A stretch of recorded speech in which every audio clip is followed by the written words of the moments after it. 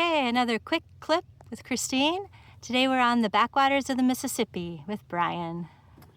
Yes, actually, we're not that far from where we live right now, but we could be anywhere. And part of the reason that I love this spot in the backwaters so much is because it really does remind me of where we were in the Peace Corps in Sierra Leone, West Africa. And our Bitcoin journey actually began back in 1989, many years before Bitcoin was invented, because when we entered the country, the official exchange rate was 10 leones to the dollar. Shortly after we got there, the black market rate had already gone to 100 leones to the dollar.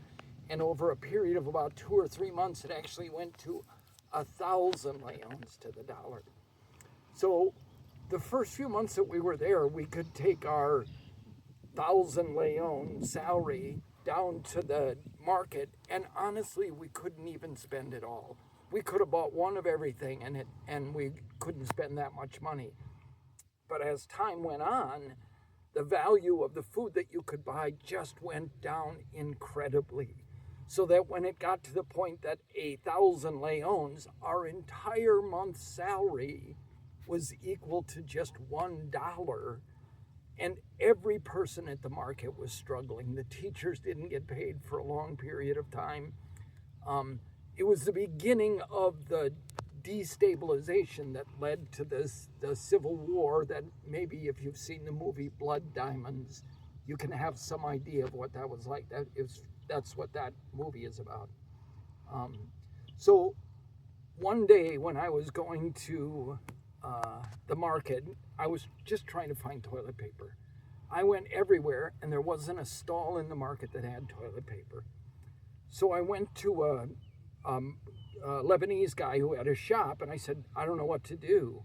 He said, well, you realize that people aren't using individual bills anymore. The biggest bill that even exists is only 50 leones, and that's nothing. It's like 2 pennies. So instead of counting out bills, people would just bundle them together in a big brick, a block of bills, and they would just almost trade them by weight.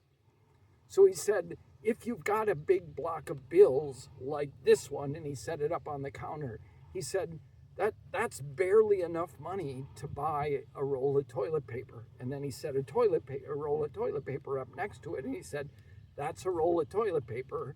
There's actually more paper in the block of bills than there is in the roll of toilet paper. So you just have to decide which one you want to throw in your latrine. And I think that it's hard to imagine what it does to the national identity when the entire country decides to start wiping their backsides on the faces of your founding fathers. It's not surprising to me that shortly after this period of incredible monetary debasement, the country fell into just a vicious, inhumane civil war. We left just as it was starting, so we didn't experience much of that.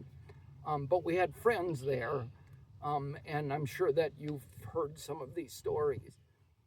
One of the reasons that we decided we needed something like Bitcoin is because we didn't want to see that happen again. We didn't want to see our friends who had saved their entire life for a house to suddenly realize that all of the money that they saved couldn't buy a roll of toilet paper. So that was the beginning of our Bitcoin journey back in 1989 in West Africa. So remember, Don't trust, verify, Bitcoin only. Have a great day. Bye. Thank you.